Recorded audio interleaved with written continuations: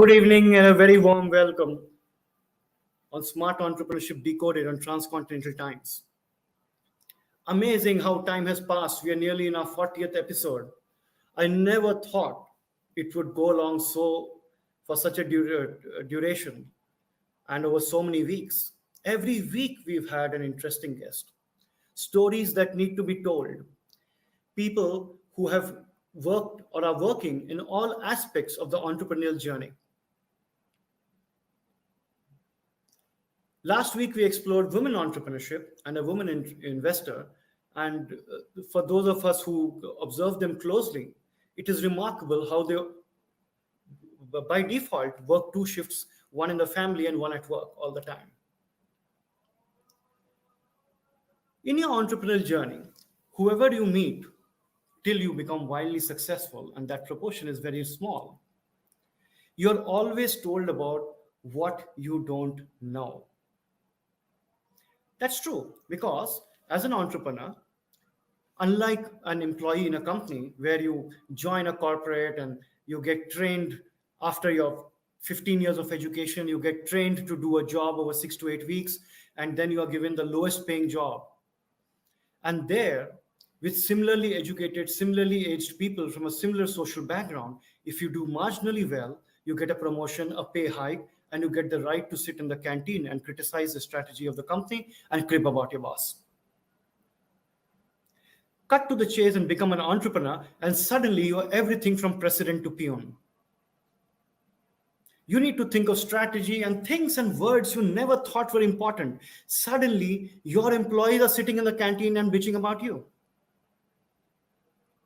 And there are mentors and guides trying to tell you what to do. And almost everybody is telling you what you don't know. Now, here's a challenge.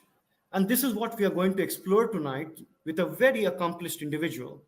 And the question is, how do people learn? Think about it. If you have to constantly learn and teach yourself to be a lifelong learner, which is what I think makes a person successful, how do you learn? Do you learn by reading? Then you should have gone to what an IIT and IIM. Do you learn in a classroom?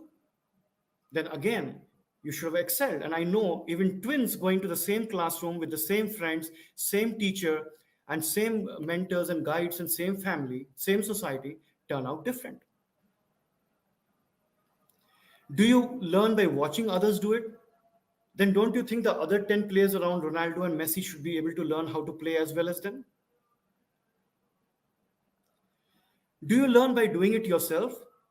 Then how come you make the same mistake all the time? How come Virendra Sehwag gets out of the same shot, or recently Kohli?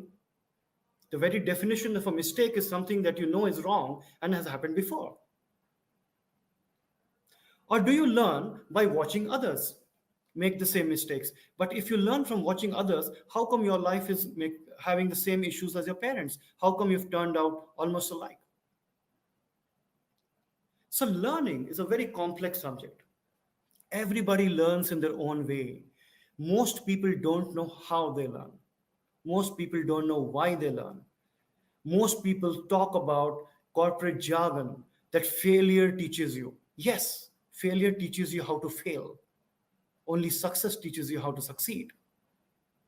So I thought, since I'm not an authority on the subject, let's call somebody who's a learning facilitator. So tonight, it's my great pleasure to have Srividya Nagaraju, who's an international TEDx speaker, a learning facilitator, and we'll pick her brain to find out how people learn. Welcome, Srividya. Thank you so much. Thank you. Thank you for having me on this show, Nalin.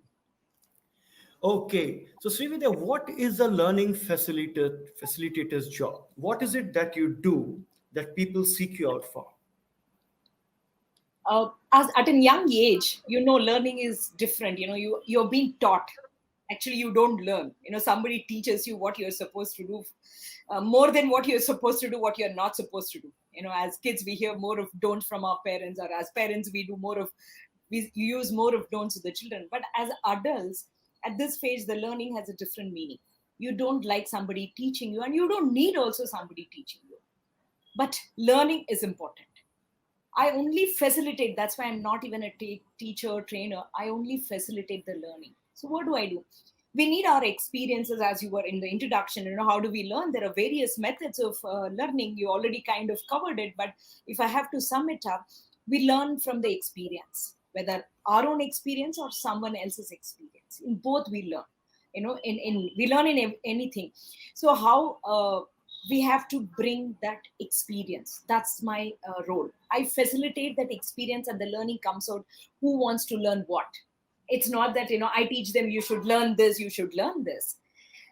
And why learning is important, when you were introducing, what came to my mind, which is what keeps me going in learning, is a great which I learned in my young age from my father, is swadhyaya pravachanavyam na pramaditavyam. A Sanskrit Upanishad Vakya, which means swadhyaya, self-learning, and teaching others. Both, we should never stop. It's so strong. It says you should never stop it. It's not even that you should keep doing. Never stop it. So that is what has kept me going. And you were saying, do you learn from books? Do we learn from methods? Yes. It is not about which is a right. What works for each individual. Customization, right? That's true. Well said. Well said. But we'll come to the Vedic and the learning from the past scriptures, etc., in a moment. But before that, I just want to ask you something. Since you work with a lot of leaders, I do as well, and I particularly explored the topic of midlife crisis in one of my books. One thing I find in successful leaders is that their reference group, the people they go to for advice or to bounce ideas off, is very strong, and they tend to be lifelong learners. Versus, I won't call them average people, I'll say just other people in normal life who tend to be open to learning when only adversity strikes. Is that your experience as well?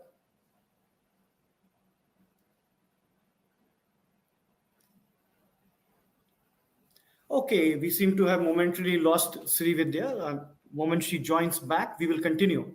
But you will notice this very often. The point I was trying to make, that a lot of us, we actually open our mind to learning and listen to other people, be it our spouse, be it our children, be it our parents, be it our teachers, be it our colleagues, be it our boss, when adversity strikes, when things are not going well, when there is some issue or the other that is not going as per our plan or as per our liking. Whereas what I observe in successful leaders is that they are constantly learning, constantly trying to keep up, constantly trying to know what next, how they can improve, even when things are going well. That's one trait. The other very important trait that I have noticed in my experience is how good leaders take feedback. I'll give you an example. Most of the time, take your appraisal at your job or any other kind of feedback somebody's trying to give you. Moment people start by giving you that feedback, moment your boss or your colleague or your spouse or anybody starts giving you feedback, your first reaction is to start thinking of how I respond to this. You're not listening to the feedback, you're thinking about how I respond to the feedback. Great leaders that I have noticed are not only lifelong learners, but when you give feedback, they do one very important thing. They keep their mouths shut and ears open. They listen. They sleep over it, and any reaction, response, etc., is after they have thought it through. Srividya, welcome back. But what is your Yes, experience sorry in for that leaders? interruption. I'm not sure what happened, but sorry for that. No problem. Extremely The sorry. audience had the pleasure of hearing me ramble on rather than hear your insights. Go ahead. What is your experience of leaders when it comes to their learning? I can't hear you clearly. Just give me a second, please. Sorry, just give me a Sure. second.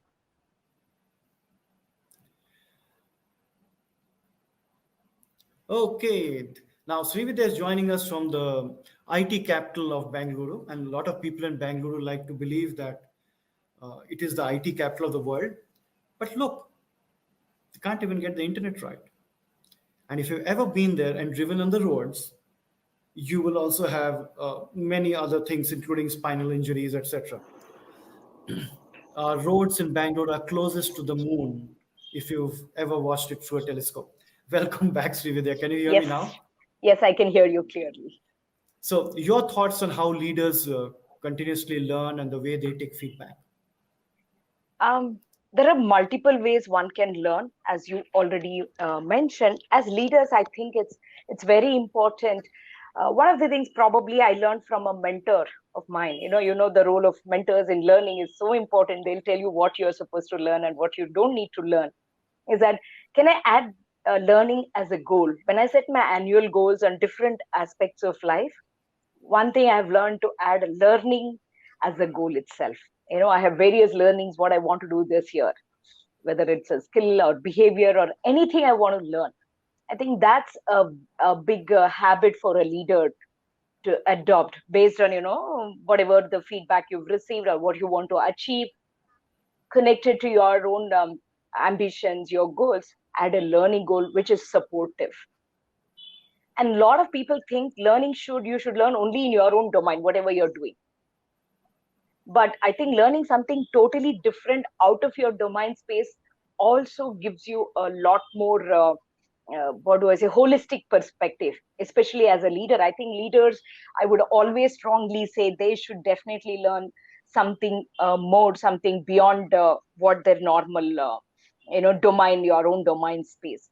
That is definitely something. It has worked well for me personally, and thanks to my mentors. So, to your mind today, if we take India and leave politics aside for a moment, because that is very divisive in today's society, Right. who would you consider as role model leaders that young people can follow? Personally, I would again, being an Indian, I would say the great young leader for us is Swami Vivekananda, evergreen. There's completely every time I get so much inspired by every quote of him.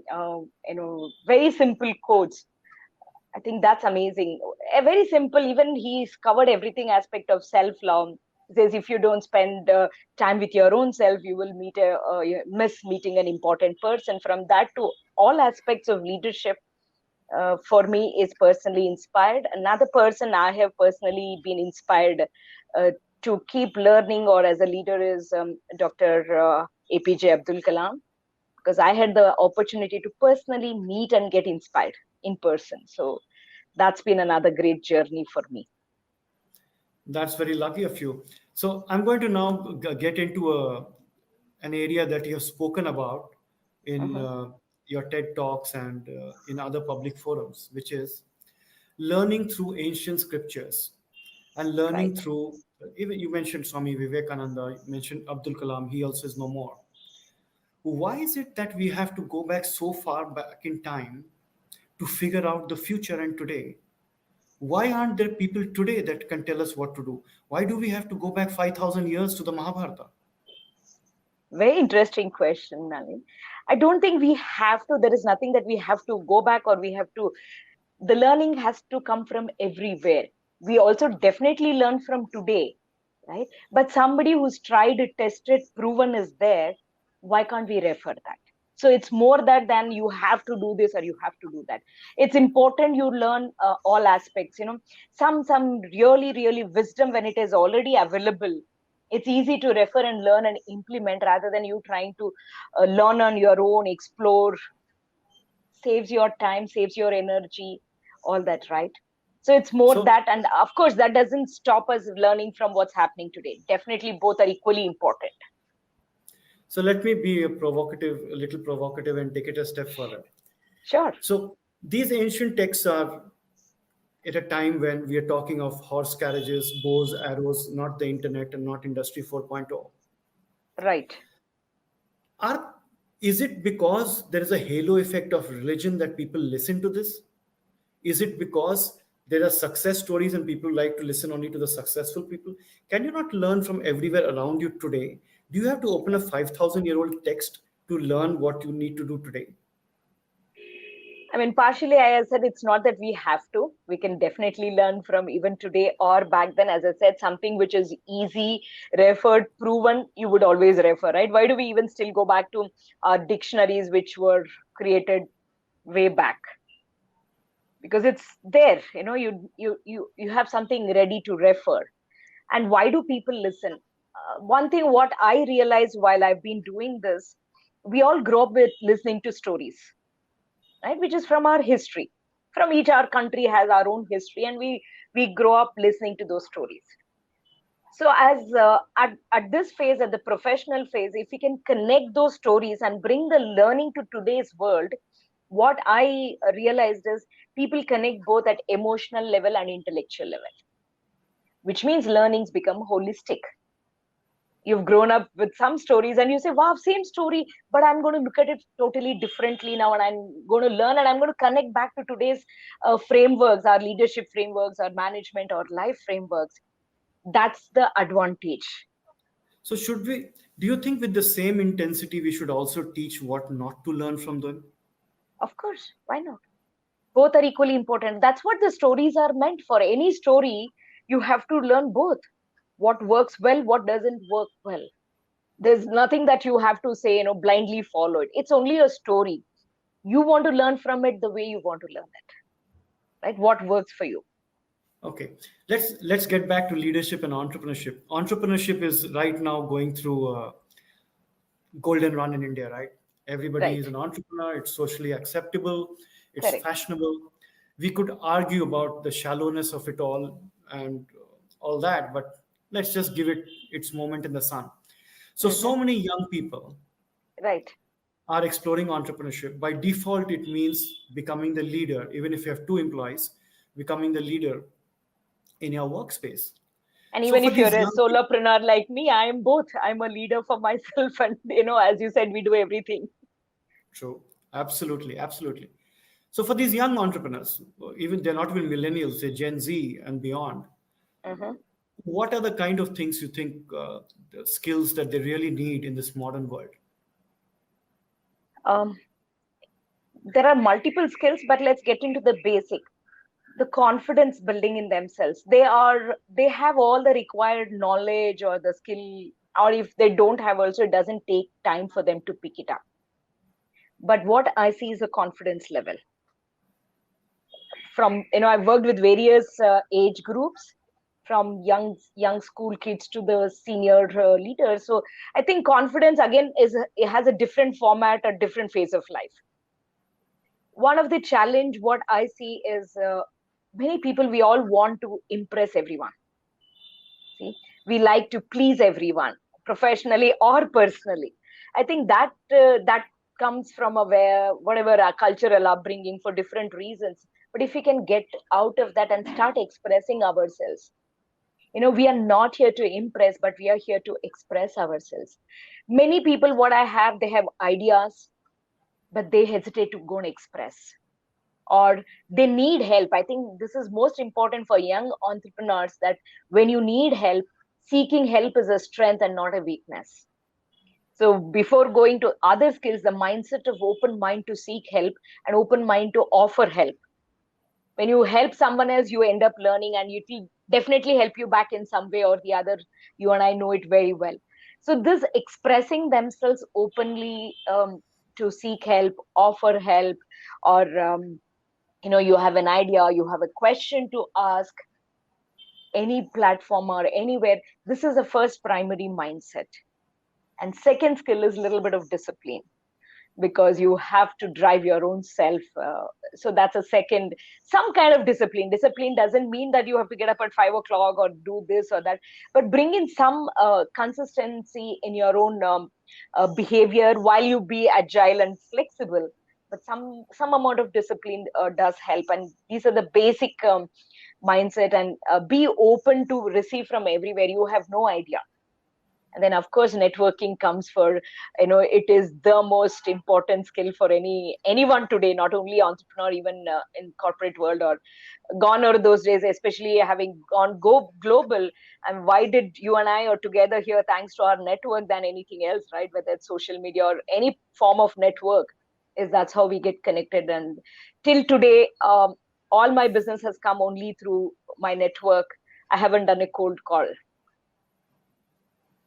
True, true. One important word you mentioned there is consistency. As a leader, it is so important to be consistent so that people know what to expect, where your lines are, where your boundaries are, what your value system is, etc. So that's an important point you made there.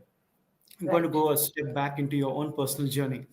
You were Mm-hmm. in corporate life Yes. uh, till, I would guess, when we spoke earlier, till about 8, 10 years ago. Right. What sparked within you to become a coach, a speaker, etc.? Because you probably were not this in corporate. You spent 10, 15 years in corporate life. That 16 tends to years. dull and dumb people down, doesn't make Right. them flourish or flower. So, what was that tipping point for you? I've spent 16 years in the corporate world, my work life. To some extent, I would say it happened when I was in the financial operations, doing managerial roles, managing all the operations.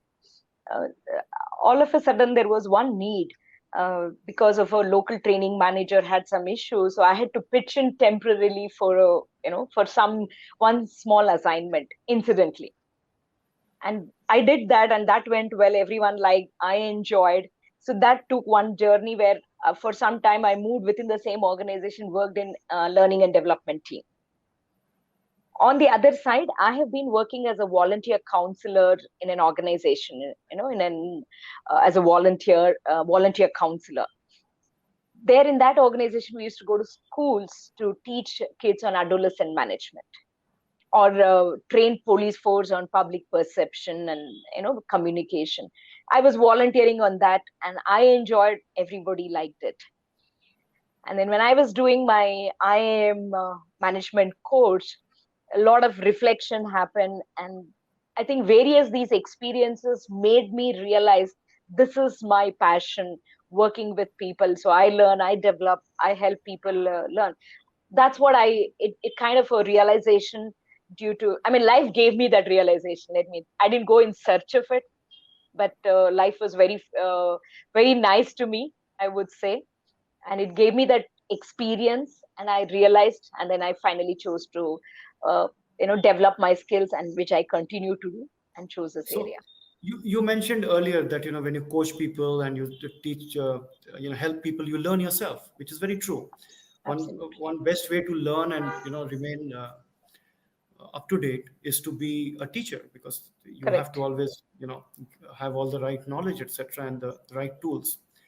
So let's probe that for a moment. I saw that social media picture, a very inspiring picture of you training the policeman on Right. sensitivity, empathy, etc. I think those kind of topics.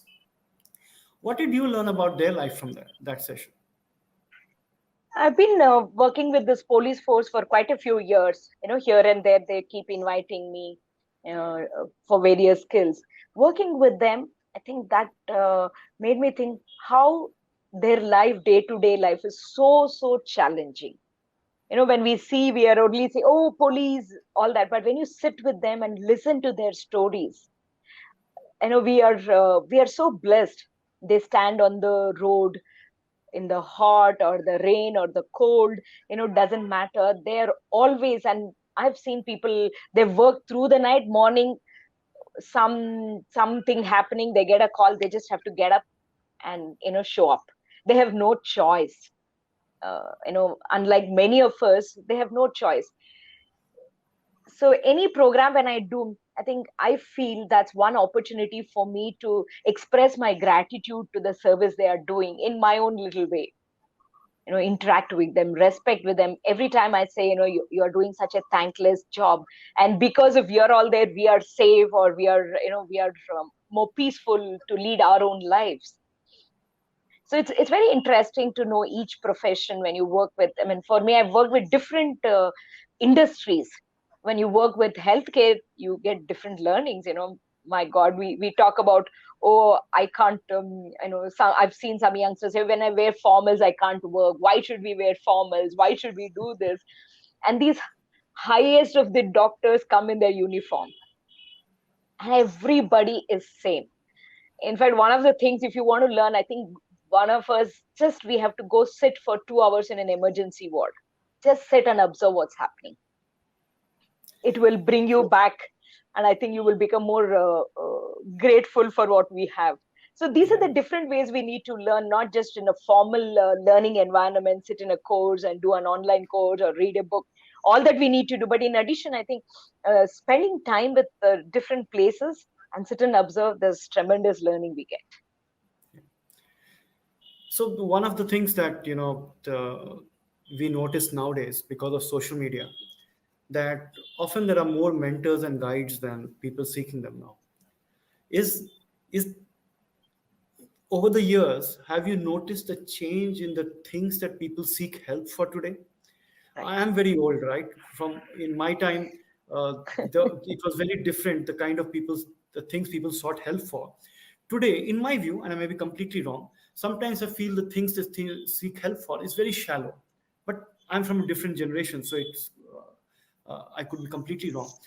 Has it changed every 2-3 years? Is the things people are seeking help for changing? I think what I see now is, I think people have become more open to seek help. The taboo attached to this counseling, mentoring, coaching has definitely changed.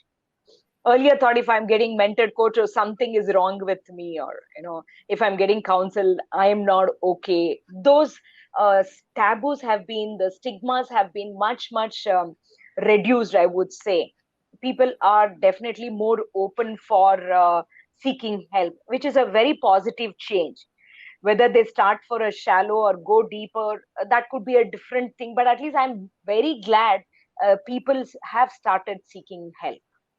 That's true. In fact, a few years ago, I saw a movie where Shah Rukh Khan was a life coach. He did Right. everything right, except that he shouldn't have said it's 3,000 rupees an hour, because that kind of pulled down a lot of rates. So he Yeah, should have people have charged. become much more open. We see now people True. talk so openly. I mean, I've been also a counselor, which is a volunteer work.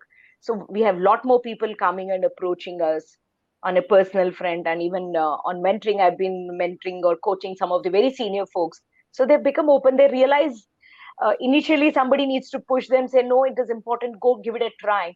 But after that, after 1-2 sessions they spend with, better about the Yeah. coaching So, and mentoring, so we're how completely they out of learn. time, but I really want to ask a question which is more personal for me uh, Right. than anything else, and get your view on that. When we coach people, of course, we are supposed to be professional. This. At the end of the day, we are human. We Right. can we keep coaching people and say remain professional, but you must have high EQ, you must have high empathy, blah blah blah, and then Correct. you tell people to do the exact opposite. So, as a coach, when you coach people, how much does it drain you emotionally, and how do you deal with that? Very good question. This happens more as a counselor for us than as a coach. I think you Mhm. have to learn to unwind yourself. So your own lifestyle plays a big role here. Individually, our own lifestyles, when I say you or me or any one of us, our own lifestyle, how we practice to unwind what you're doing, and not carry this. So, it, how it do is a you? For me, I think thankfully I'm able to use a simple technique called parking lot. Mhm. Okay, What's that? whatever I'm doing right now, this, once I'm done, I will not carry it forward. So I have a parking lot, so I park it there. I said I don't need this now for the next wherever I'm going. Like your vehicle, you have to park it in a safe place, because you come back and take it when you need it. You can't, just because you have a vehicle doesn't mean you can carry it all around, right? So parking lot is one of the simple techniques one can follow mentally, or sometimes initially you can create a folder or a small book called parking lot, and you just park it there and say, this I will open it when the next need comes, because I have to shift my gear to other aspect, other roles of my life. That's one simple technique I can share with the interest of time, but our own lifestyle makes a huge difference. I will definitely take you up on that and try to see how I can apply that. Although I would argue my 10-story parking lot is quite full right now, but I would love to. It has been an absolute delight, Srividya, to meet you again and chat with you. For all our viewers, I have met Srividya way back in 1998 99 when we were working in the same company. And when my team unearthed her based on that picture of her training Bangalore policeman, Oh, when we reconnected, then we realized that 23, 24 years ago, we had worked together. Absolute delight to see your progress, to see you in this wonderful way of helping people. I have watched your TEDx videos. I watched the one in the US about Shakti. It was absolutely brilliant. I wish thank you you. all the best. Thank you for Thank you. It's giving a us your time. privilege to come back and reconnect, Nalin. Thank you so much. I thoroughly enjoyed it. Thank you. Thank you, Srividya. All the best. Have a good night. Thank you. Bye bye.